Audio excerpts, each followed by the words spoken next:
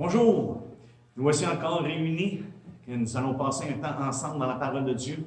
Je préférerais qu'on puisse être réunis ensemble physiquement et partager une communion fraternelle, mais toutefois, je me réjouis encore une fois pour le fait que nous puissions le faire à travers les moyens que nous avons. Et puis, nous avons mentionné la semaine passée que nous désirons prendre la communion ensemble, le repas du Seigneur. Et puis, j'espère que vous êtes préparés. Sinon, vous allez avoir le temps de le faire. Et puis, pour ce faire, j'ai demandé à Guy de préparer une exhortation. Il va venir et puis nous exhorter sur la Sainte Seine et puis ce que ça concerne pour nous. Donc, je vais lui laisser la place et nous allons revenir ensemble pour la parole du Seigneur après. Alors, bonjour frères et sœurs en Christ. Aujourd'hui, nous allons nous rappeler ensemble en prenant les éléments de la Sainte Seine qui représentent le corps et le sang de Jésus, ce que Christ a accompli à la croix à Golgotha et ce tel quel qu'il nous l'a commandé en disant « Faites ceci en mémoire de moi ». Alors, assurez-vous donc d'avoir en votre possession pour la Sainte Seine qu'on va prendre ce matin, un morceau de pain. Donc, un morceau de pain et une coupe qui contient, bien entendu, le fruit de la vigne. Et à ce moment-là, on va pouvoir prendre la Sainte Seine tous ensemble ce matin. Alors, je vous laisse, prenez quelques instants là, pour aller chercher les éléments si vous ne les avez pas et on se retrouve dans quelques instants.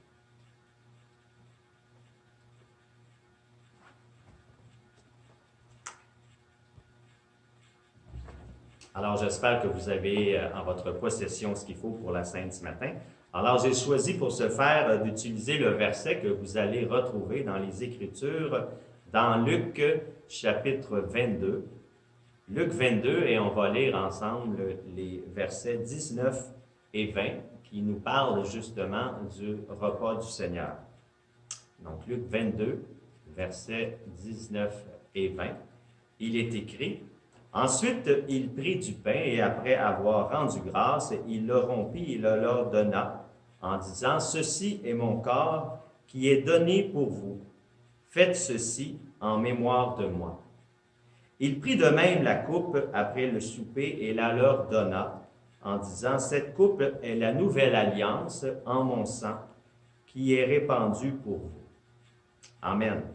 Alors, je crois qu'il faut d'abord se souvenir que c'est un privilège, frères et sœurs, qui nous est accordé comme enfants de Dieu afin de participer à la table du Seigneur. Dans Jean 1, verset 12, il est écrit « Mais à tous ceux qui l'ont reçu, à ceux qui croient en son nom, elle a donné le pouvoir de devenir enfants de Dieu. » Et c'est la raison pour laquelle Jésus souligne à ses disciples qui étaient réunis avec lui pour son dernier repas, « C'est pour vous que mon corps sera donné en sacrifice et c'est pour vous que mon sang sera répandu abondamment. » Même si le sacrifice de Christ était suffisant pour le monde entier, seuls ceux et celles qui ont cru peuvent bénéficier des bienfaits du corps qui a été offert en sacrifice et du sang précieux de Christ qui a coulé à la croix. Alors, on doit donc se souvenir premièrement que Jésus-Christ a souffert et est mort crucifié, qu'il a porté nos péchés sur la croix et non les siens. On doit se souvenir également qu'il s'est donné volontairement en sacrifice, bien entendu, à notre place. On doit se souvenir que maintenant, par le sang de Christ, nous avons été pardonnés, que nos péchés ont été couverts, et finalement que par l'œuvre de Jésus-Christ à la croix et par son sang qui a coulé, nous avons entre autres plusieurs choses intéressantes. Nous avons la rédemption, nous sommes sanctifiés, frères et sœurs, et nous sommes aussi justifiés devant Dieu et aussi nous sommes réconciliés avec le Père. Alléluia, quelle joie, quel privilège, frères et sœurs, nous avons ce matin de participer à la Sainte Seine. Réfléchissons tous à cette grâce qui nous a été faite et cet amour infini qui nous a été témoigné à la croix par Jésus-Christ qui s'est offert lui-même pour nous. Alors, avant de prendre ces éléments, examinons-nous tous et afin justement de demander pardon au Seigneur pour pour tous les péchés qu'on a pu faire et Seigneur, qu'on puisse prendre cette sainte scène ce matin dignement en ton saint nom, Jésus. Alors, merci Seigneur pour ton corps qui a été donné en sacrifice, pour ton corps qui a été brisé. Et ce matin, on veut se rappeler au travers de ce pain que nous allons prendre, que c'est ton corps, Jésus, qui a été donné en sacrifice, que c'est toi qui as pris notre place sur la croix, c'est toi qui as souffert à notre place, ce que nous aurions dû souffrir parce que le péché, c'est ça qui nous donne la mort, mais Seigneur, tu es venu donner ta vie pour nous donner la vie éternelle. Alors, on te rend grâce ce matin au nom de Jésus. Alors, prenons ce pain tous ensemble ce matin et mangeons-le au nom de Jésus. Amen.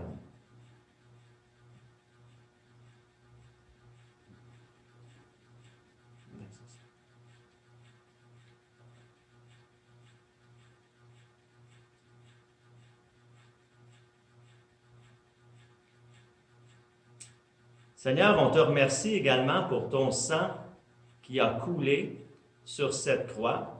Et Seigneur, on veut nous rappeler également, on veut se rappeler que ton sang, c'est cette nouvelle alliance qui a été donnée aux hommes, Seigneur, afin que nous puissions être réconciliés avec toi.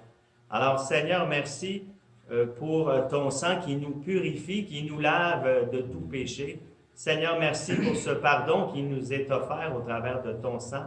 Alors, prenons, frères et sœurs, cette coupe, la coupe qui représente le sang de Christ qui a coulé à la croix.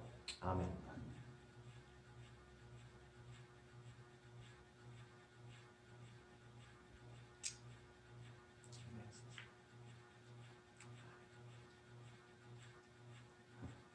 Alors, merci Seigneur Dieu pour ce temps ce matin qui fait en sorte qu'on puisse être réconcilié avec toi au travers de ton corps, au travers de ton sang. Seigneur, c'est un privilège que tu nous as accordé ce matin et on sera éternellement reconnaissant de tout ce que tu as accompli à la croix pour nous.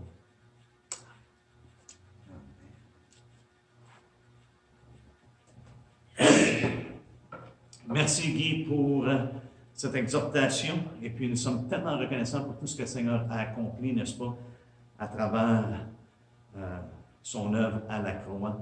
Et nous ne prenons pas ça à la légère. C'est quelque chose qu'on doit prendre dignement et puis de toujours être en réflexion sur tout ce que Christ a accompli. Donc, ce matin, nous allons regarder ensemble la parole de Dieu. Nous allons continuer ce que nous avons commencé la semaine passée concernant les accusations. Une des trois méthodes, des trois ruses de l'ennemi, n'est-ce pas, pour s'en prendre au sein, de s'en prendre à l'Église de Christ. Nous avons considéré ensemble la séduction et puis les tentations. Nous avons commencé la semaine passée sur les accusations. Et on a regardé ça de manière générale, n'est-ce pas? Les accusations qui sont portées envers, je pense, que l'Église, dans le sens c'est général, comme on a vu à propos que les accusations qui étaient portées sur Jérusalem, que c'était une ville rebelle, c'était une ville qui était méchante, c'est une ville qui ne payait pas ses impôts, qui serait aux soins de l'État. Et puis également que c'est une ville qui incite à la révolte. Si tu vas voir dans les livres d'histoire, tu vas voir que oui, c'est une ville qui est rebelle. Et en effet, le roi a vérifié ces choses-là et il a dit oui, c'est une ville rebelle. Et je pense que l'Église doit être vue de cette manière-là. Nous allons voir une montée d'accusations, et c'est ce qu'on a parlé la semaine passée, une montée d'accusations face aux saints, face à ceux qui professent le nom de Jésus-Christ. Et simplement parce qu'on refuse de consentir à ce que l'ensemble du monde approuve. Et on a regardé ça ensemble, on ne se répétera pas là-dessus, mais il va y avoir, je pense, une attitude qui va se développer envers les saints, envers les disciples de Christ. Une réticence et même une résistance, une attitude de moquerie et de mépris, qui même, je crois, qui vont mener à de méchantes accusations et des verdicts de transgression, n'est-ce pas? Donc, cette semaine, j'aimerais qu'on regarde des accusations qui vont peut-être même toucher plus personnellement. Parce que l'ennemi cible, à travers les accusations, il cible notre conscience. On a regardé ça un petit peu la semaine passée. Et il cible les raisonnements. Et on va regarder ça un petit peu plus loin, peut-être même simplement la semaine prochaine. Mais il cible la conscience, parce qu'il sait que la conscience est liée avec le cœur. Et s'il accuse la conscience va être fidèle pour nous accuser envers Dieu. Fait qu'il a fait son ouvrage, s'il peut toucher à la conscience. Vous souvenez-vous, lorsque la femme adultère est emmenée devant Jésus, les pharisiens disaient qu'elle a été prise en flagrant délit, n'est-ce pas, d'avoir commis l'adultère. Et puis Jésus s'est baissé, il a dit, celui qui a sans péché, qui lance la première pierre, et là il s'est baissé encore une fois. Et chacun à tour de rôle se sont en allés. Pourquoi? Parce que la parole de Dieu nous dit, étant accusés par leur conscience. Voyez-vous, Satan cible la conscience parce qu'il sait que la conscience peut accuser, faire son ouvrage. Et lorsqu'une personne a la conscience flétrie, la marque de la flétrissure, c'est qu'elle est endurcie, elle est stigmatisée, n'est-ce pas? Donc, elle ne ressent plus ou elle n'est plus active pour accuser. C'est là qu'on voit que les personnes peuvent faire ce qu'ils veulent parce que leur conscience ne les accuse plus. Mais pour nous, on voit dans la parole de Dieu que notre conscience, notre cœur a été purifié d'une mauvaise conscience. Pourquoi? Non pas par nos œuvres, mais parce que ce que Christ a accompli à la croix. Notre conscience, notre cœur est purifié par le sang de Christ, donc nous n'avons plus une mauvaise conscience, donc nous ne sommes plus sous aucune accusation. Il n'y a pas de condamnation pour ceux qui sont en Christ, n'est-ce pas? Et dans Hébreu, l'apôtre nous donne justement des illustrations concernant que ceux qui étaient sous la loi et toutes les offrandes qu'ils avaient à faire, si ça avait enlevé, ça aurait ôté le péché, les gens n'auraient plus eu aucune conscience du péché. Mais ce qui a été fait sous l'Ancien Testament, c'était pour nous emmener à Christ, qui est l'agneau de Dieu, qui ôte les péchés du monde, et puis qui vraiment purifie nos cœurs d'une mauvaise conscience. Et maintenant, on peut se tenir devant Dieu, ayant accès par le sang de Christ et une conscience qui est complètement purifiée, lavée, et puis on peut avoir cette relation-là avec lui.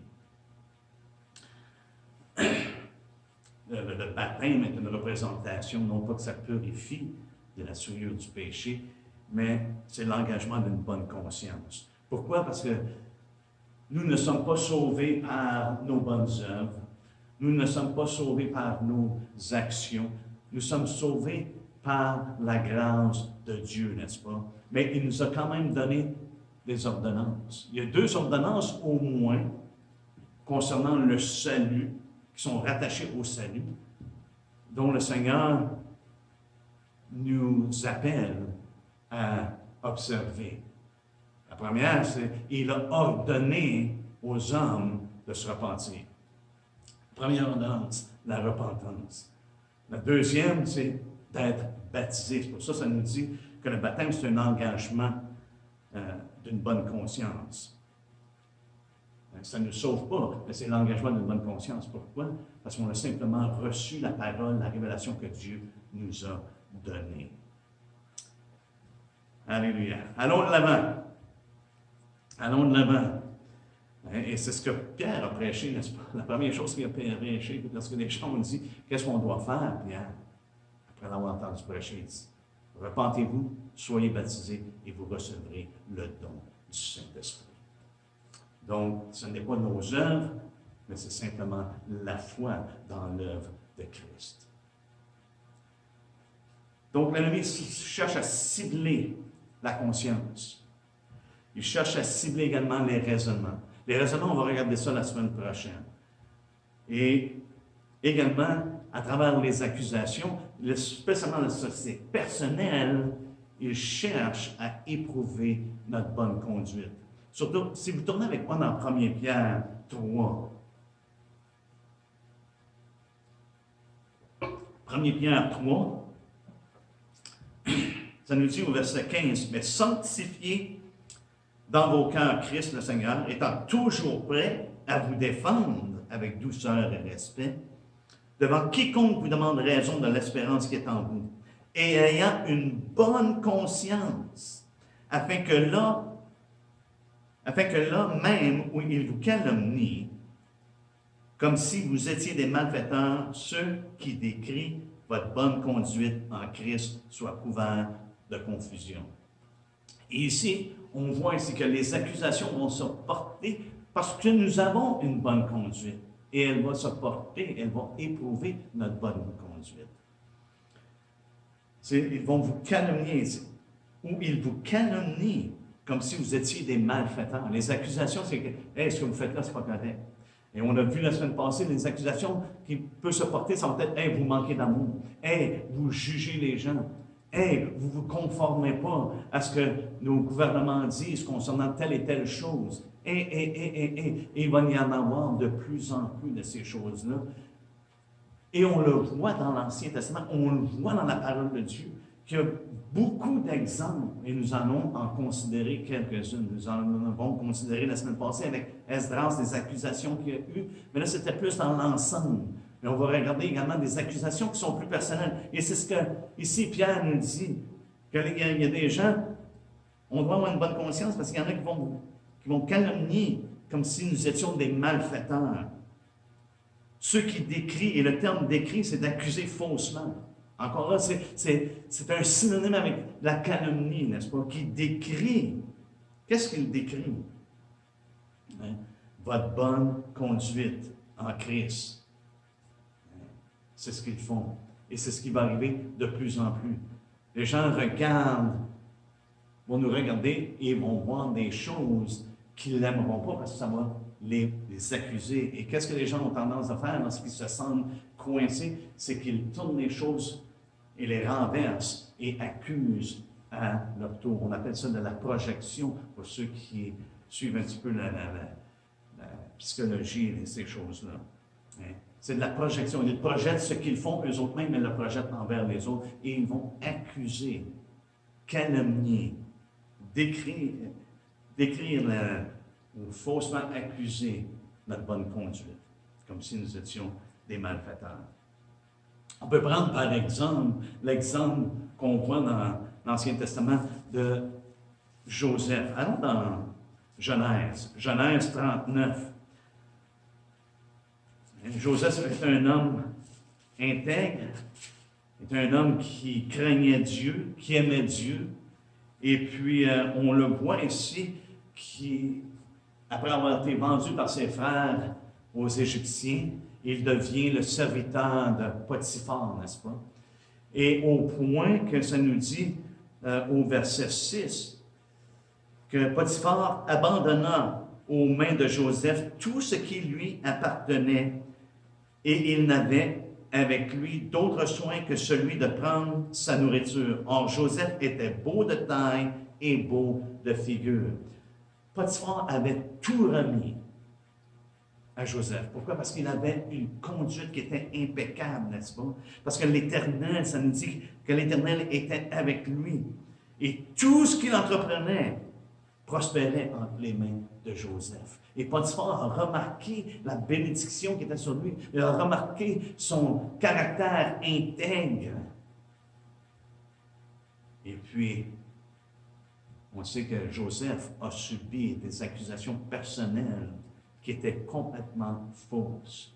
Et on voit son intégrité dans les versets qui sont décrits ici. Ça nous dit, à partir du verset 7, il dit, après ces choses, il arriva que la femme de son maître portant les yeux sur Joseph. Et il dit, couche avec moi. Il refusa, il dit à la femme de son maître, voici mon maître ne prend avec moi conscience de rien dans la maison. Et il a remis entre mes mains tout ce qui lui appartient. Il n'est pas plus grand que moi dans cette maison, et il ne m'a rien interdit, excepté toi. Chose qui était très claire, n'est-ce pas? Parce que tu es sa femme.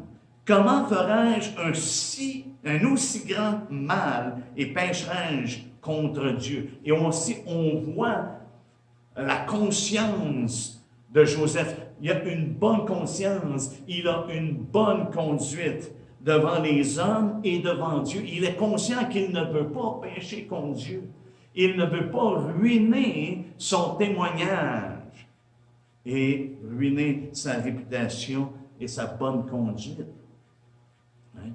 Au verset 10, ça nous dit, quoiqu'elle parla tous les jours à Joseph. Imaginez-vous, ce n'était pas une petite chose une fois de temps en temps qui se passait. Là. Joseph allait à son travail, il était occupé à faire ce qu'il devait faire, et maintenant, il a cette opprobre-là, il a cette charge-là que la femme de son maître veut qu'il couche avec elle. Et elle le presse. Et ça nous dit, il refusa de coucher auprès d'elle, d'être avec elle. Je m'imagine qu'il essayait de l'éviter, n'est-ce pas? Un jour, qu'il était entré dans la maison pour faire son ouvrage et qu'il n'y avait là aucun des gens de la maison. Et savez-vous quoi? Les accusations souvent vont venir lorsqu'il n'y a aucune défense contre nous. Personne qui peut prendre la parole et nous justifier, prendre notre défense. Il n'y avait là aucun des gens de la maison. Elle le saisit par son vêtement et elle devient quasiment agressante, n'est-ce pas? Elle le saisit par son vêtement en disant « Couche avec moi ». Il lui laissa son vêtement dans la main et s'enfuit au dehors. Lorsqu'elle vit qu'il lui avait laissé son vêtement dans la main et qu'il s'était enfui dehors, elle appela les gens de sa maison. Alors tout d'un coup, il y a un intérêt d'avoir les gens de la maison, n'est-ce pas? Et leur dit, voyez, il nous a emmené un Hébreu pour se jouer de nous. Cet homme est venu vers moi pour coucher avec moi. Accusation, fausse accusation. Mais j'ai crié à haute voix. Et quand il a entendu, voyez-vous la projection, c'est Joseph qui dit, « Oh, oh, faut que je m'en aille. » Mais là, ce qu'elle a fait, elle le projette envers Joseph. J'ai crié à haute voix, et, au verset 15, « Et quand il a entendu que j'élevais la voix et que je criais, il a laissé son vêtement à côté de moi et s'est enfui dehors. Et elle posa le vêtement de Joseph à côté d'elle jusqu'à ce que son maître rentre à la maison. Alors elle lui parla ainsi, « L'esclave hébreu que tu nous as emmené est venu vers moi pour se jouer de moi. Et comme j'ai élevé la voix et que j'ai crié, il a laissé son vêtement à côté de moi et s'est enfui dehors. » Après avoir entendu les paroles de sa femme, qui lui disait, « Voilà ce que m'a fait ton esclave. » Le maître de Joseph fut enflammé de colère, et il prit Joseph et il le mit dans la prison. Joseph a payé un prix. Il a été là au-dessus de 2 ans en prison pour une fausse accusation. Et c'est un exemple pour nous que Satan est à l'œuvre, et ce qu'il cherche à faire, c'est d'emmener des accusations dans nos vies. Des choses qui peuvent nous toucher extrêmement personnellement, n'est-ce pas? Et on le voit dans le cas, justement, de Joseph, qui a été faussement accusé. Non, c'est pas surprenant hein, que l'on voit ça. Parce que le nom de Satan, le nom du diable révèle sa nature, n'est-ce pas? Et le terme qui est utilisé pour diable, c'est calomniateur. C'est ce que ça veut dire. Prompt à la calomnie, accusant faussement, médisant. Et on le voit, que également c'est utilisé par des personnes qui se liguent, on pourrait dire, avec Satan, que ce soit consciemment ou inconsciemment. Donc, c'est utilisé de façon allégorique, qui fait en sorte qu'un homme, ça peut s'appliquer à un homme qui s'oppose à la cause de Dieu pour faire la part du diable ou être de son côté. Et nous avons des exemples de ça, n'est-ce pas? On a Pierre, que le Seigneur a dit à Pierre, « Arrière de moi, Satan. » Pourquoi? Parce que malheureusement, il avait fait la part du diable en disant, « Seigneur, ça ne sera pas comme ça. » Il y a d'autres exemples également dans la parole de Dieu qui nous font part de ça. Lorsqu'on tourne dans Job, Job au chapitre 2, et on voit la femme de Job, n'est-ce pas, qui parle à son mari et vraiment prend la part du diable. Hein? Se met de son côté. Regardez ce qu'elle dit au verset 2 du chapitre 2, au verset 9 du chapitre 2 de Job. Ça nous dit, sa femme lui dit, « Tu demeures ferme dans ton intégrité, maudit Dieu et meurs. » Et Job a le sens de lui dire, de lui répondre, « Tu parles comme une femme insensée. Tu parles comme une femme insensée. » Elle accuse, non seulement Job, mais elle accuse Dieu. Elle l'accuse, si tu demeures dans ton intégrité, qu'est-ce que tu fais là, de demeurer dans ton intégrité? Maudit Dieu et mort.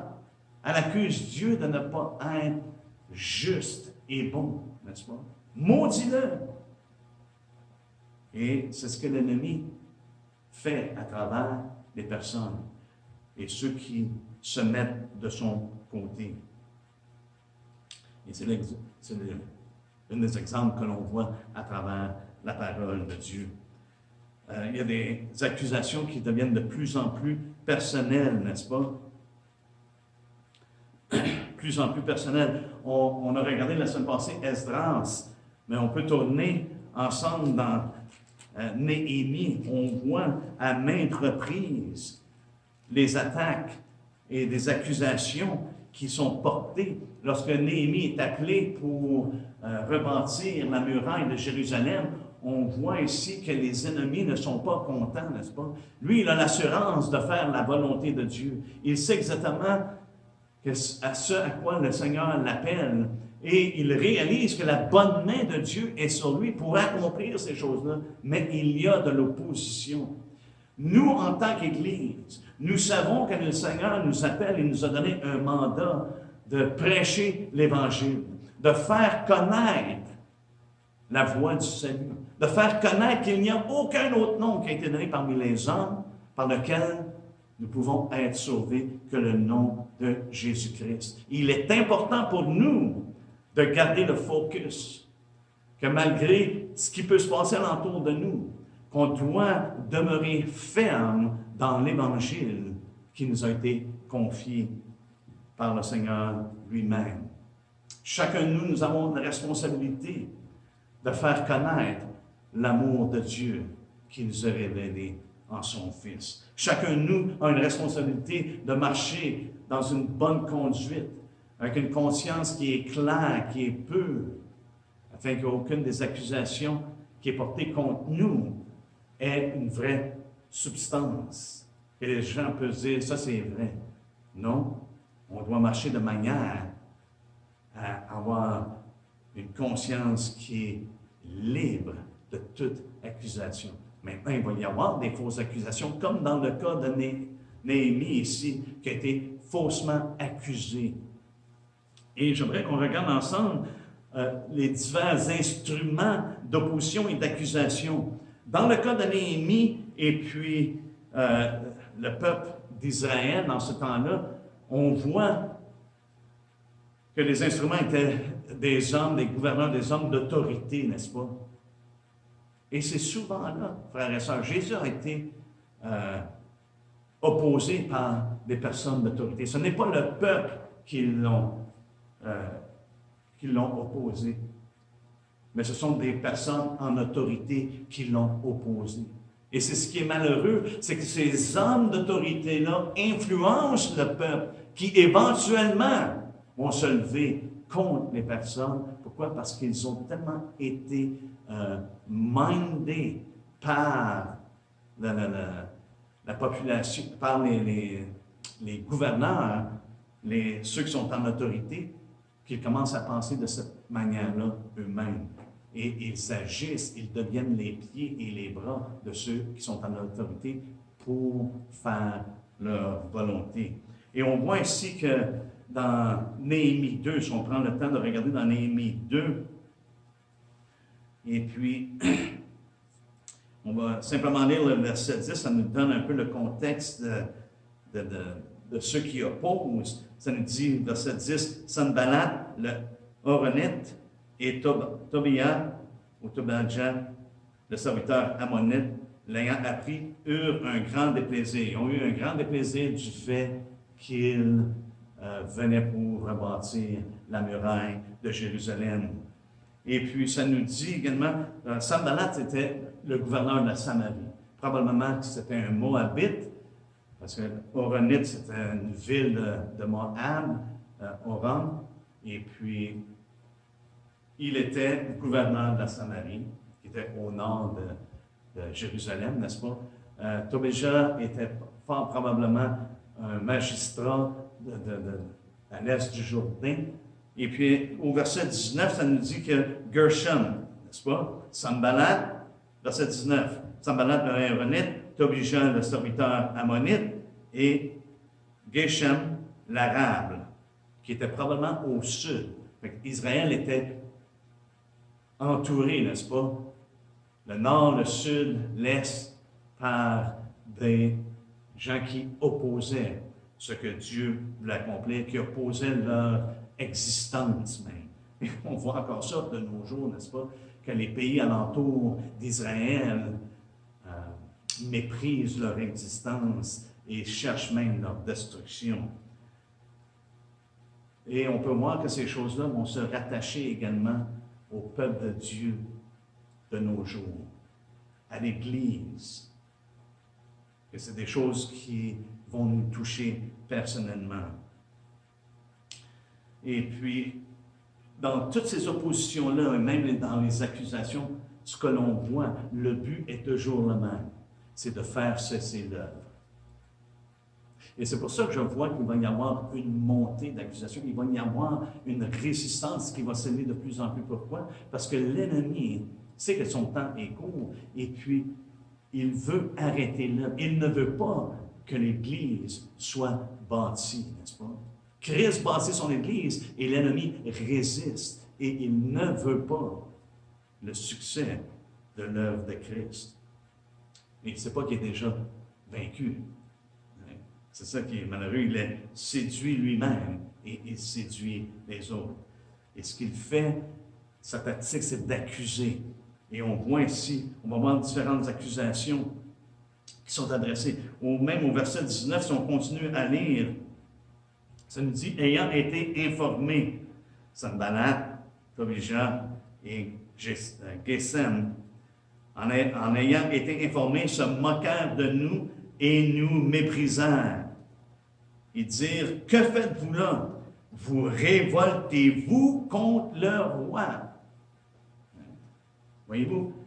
Mépris, ça nous dit moquerie, mépris et révolte. Il les accuse de révolte. Il les accuse d'être même insignifiants. Si on continue et on regarde au chapitre 4, Sanballat, au chapitre 4, verset 1, lorsqu'elle apprit qu'il rebâtissait la muraille, il dit, il fut en colère et très irrité, il se moqua des Juifs. Et il dit devant ses frères et devant les soldats de Samarie, à quoi travaillent ces Juifs impuissants? Il les accuse d'être insignifiants. Et obligeant, au verset 3, ça nous dit, l'ammonite était à côté de lui et il dit qu'ils bâtissent seulement, si un renard s'élance, il renversera leur muraille de pierre. Encore une fois, c'est une accusation que c'est des gens qui sont insignifiants. Et savez-vous quoi? On est en train de voir ça de nos jours, que ceux qui professent la foi en Christ sont considérés comme insignifiants. Et on va voir ça de plus en plus dans les jours qui sont à venir. Maintenant, si on regarde ensemble, encore une fois, au chapitre 4, et on descend au verset 7, ça nous dit, « Mais Sanballat, Tobija, les Arabes, les Ammonites et les Asdodiens furent très irrités en apprenant que la réparation des murs avançait et que les brèches commençaient à se fermer. Ils se liguèrent tous ensemble pour venir attaquer Jérusalem et lui causer du dommage. » On voit ici qu'il y a des menaces d'attaque. Ça, c'est de l'opposition. Ici, il n'y a pas d'accusation en tant que telle, mais on voit que c'est des menaces. Il y a de l'opposition. Mais si on continue à lire, et puis on va au chapitre 6, là, on voit qu'il y a une tournure. Là, c'est plus seulement des menaces d'attaque, parce que les Juifs avaient été avertis, et puis les ennemis ne sont pas venus parce qu'ils étaient prêts à se défendre. Mais au chapitre 6, on voit ici une autre tournure. Et les ennemis, maintenant, méditent de faire du mal à Néhémie personnellement. Regardons ensemble. On va essayer d'accélérer ici. À partir du verset 2, ça nous dit, « Alors Sanballat et Geshem m'envoyèrent dire, viens et ayons ensemble une entrevue dans les villages de la vallée d'Ono. Ils avaient médité de me faire du mal. » Néhémie a remarqué, ils veulent qu'on se rencontre, mais si on en arrière-plan, c'est de me faire du mal. Ils veulent justement l'accuser, et on voit l'accusation qui vient par la suite, n'est-ce pas? Ça nous dit au verset 4, il m'adressa 4 fois la même demande. Mais à toutes les fois, lui, il répondait, non, j'ai un grand ouvrage à faire, je ne peux pas me déplacer, je ne peux pas perdre mon temps, allez vous voir. Parce qu'il connaissait. Vraiment, le Seigneur lui avait donné le discernement que ces hommes-là, ce n'était pas leur bien qu'ils avaient en tête. Il l'avait déjà manifesté à maintes reprises. Et ça nous dit, au verset 4, il m'adressa 4 fois la même demande et je leur fis la même réponse. Au verset 5, Sanballat m'envoya ce message une 5e fois par son serviteur qui tenait à la main une lettre ouverte.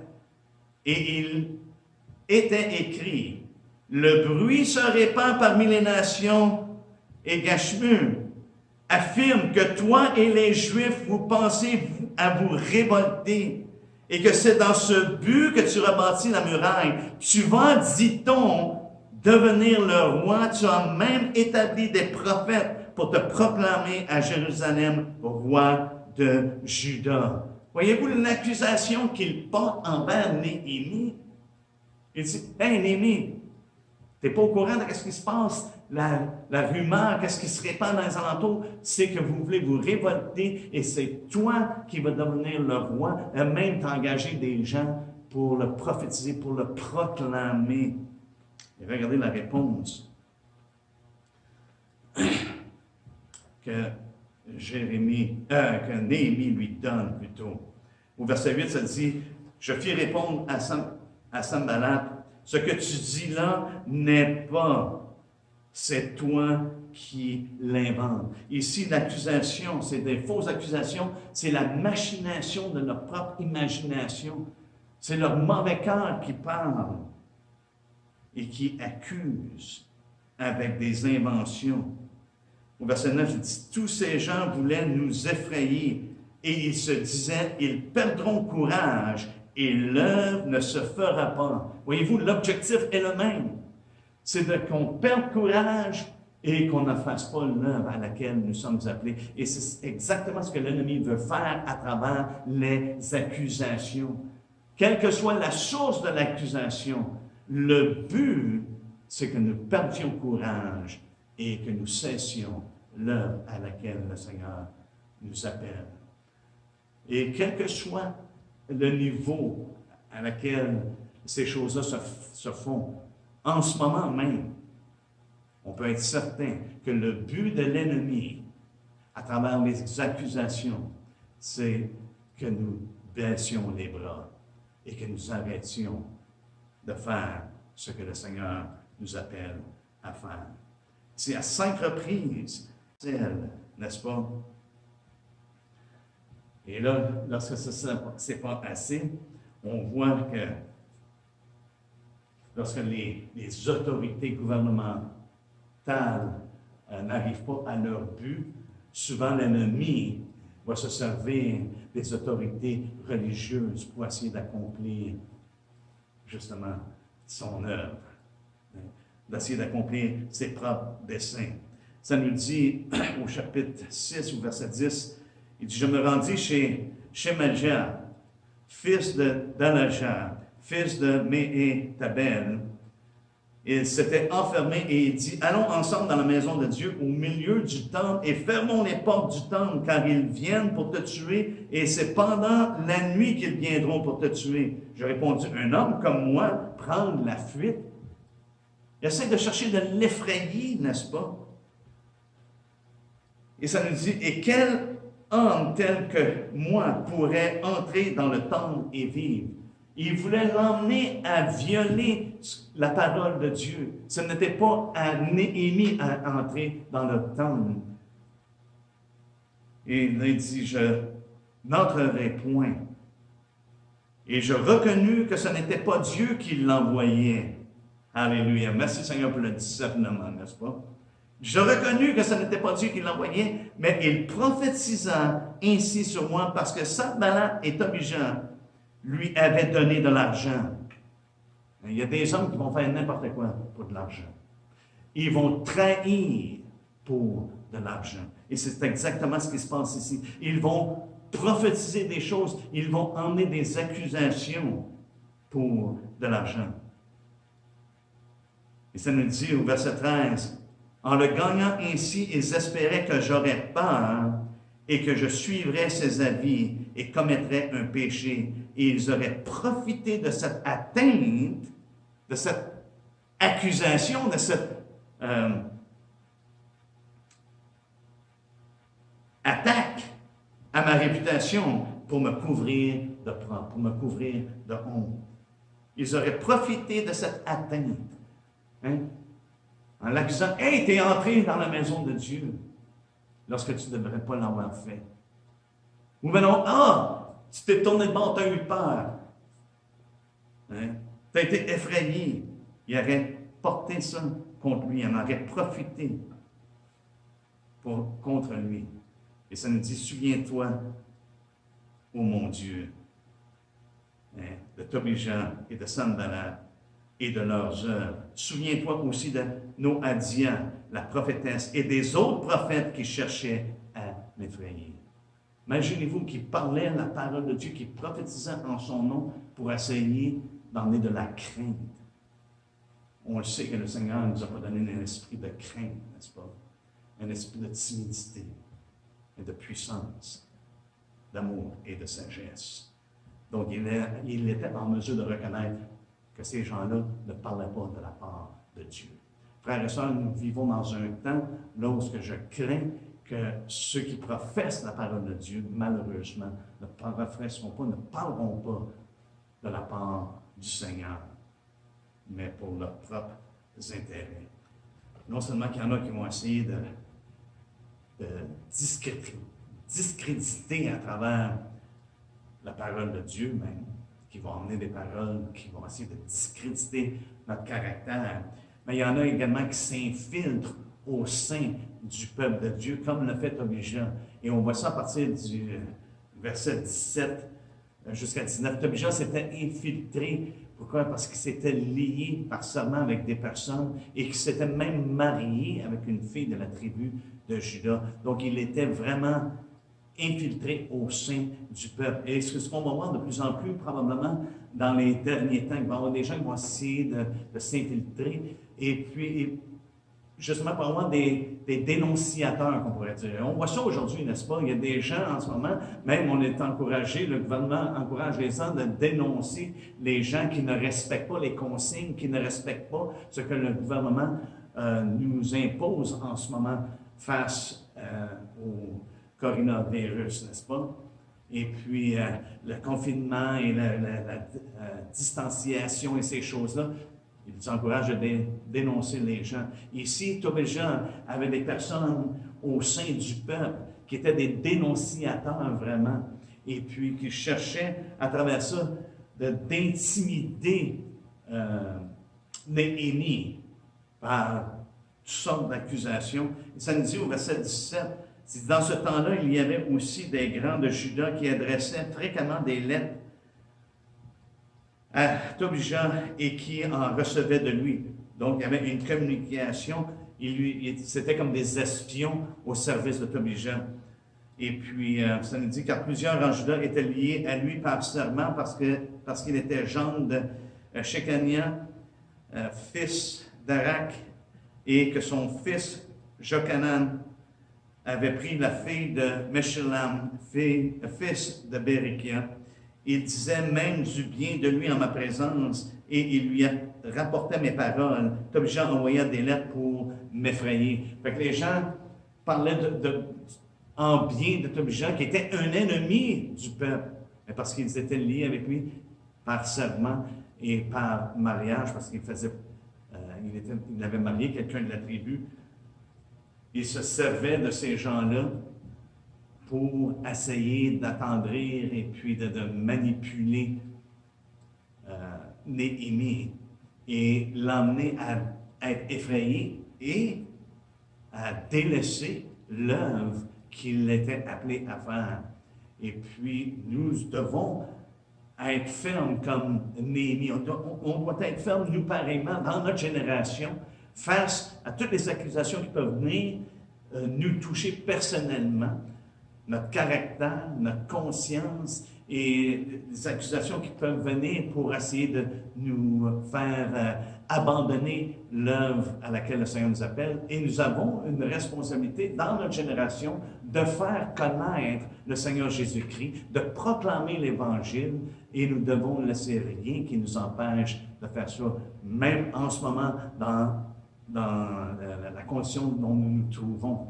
Au contraire, ça devrait nous encourager de plus en plus. On voit les choses venir ensemble et Dieu est en train d'accomplir son plan parfait, n'est-ce pas? On doit suivre les exemples qu'ils nous ont donnés. On doit être encouragé par ces exemples-là, comme nous avons regardé le mercredi soir concernant la si grande nuée de témoins, n'est-ce pas, qui ont marché avant nous. Et ici, on voit des exemples concrets de personnes qui ont subi des accusations. Et on sait que celui qui accuse les frères se sert d'hommes pour essayer d'accuser les serviteurs du Seigneur. Et puis, on doit demeurer comme eux, fermes dans la foi. Et on doit crier peut-être comme Jérémie a crié, il dit, à la fin du verset 9, il dit, « Maintenant, ô Dieu, fortifie-moi. » Oui, que le Seigneur nous fortifie afin que quelles que soient les choses qui se passent, qu'on puisse demeurer ferme et fort en Jésus-Christ. C'est lui qui nous fortifie. Et Paul nous encourage, n'est-ce pas, de demeurer ferme et de se fortifier dans le Seigneur pour accomplir sa volonté. Donc, on est au courant qu'il va y avoir des accusations, et ces accusations-là vont monter de plus en plus, et elles vont être non seulement générales de l'Église, des saints en général, mais elles peuvent aussi bien être dirigées d'une manière très personnelle dans nos vies, qui va nous toucher. Joseph est allé en prison, mais il est demeuré ferme. Il est demeuré ferme dans son intégrité. Il est demeuré ferme dans son service au Seigneur, malgré ces accusations-là et malgré les conséquences qui ont suivi à cause de ces fausses accusations-là. Néhémie est demeuré ferme, malgré qu'ils ont, à maintes reprises, à différents attentats, de le laisser délaisser l'œuvre de Dieu, de l'emmener à délaisser l'œuvre de Dieu. Alléluia. Merci Seigneur. Il nous donne de reconnaître comment est-ce que l'ennemi œuvre. Et c'est à nous de le résister.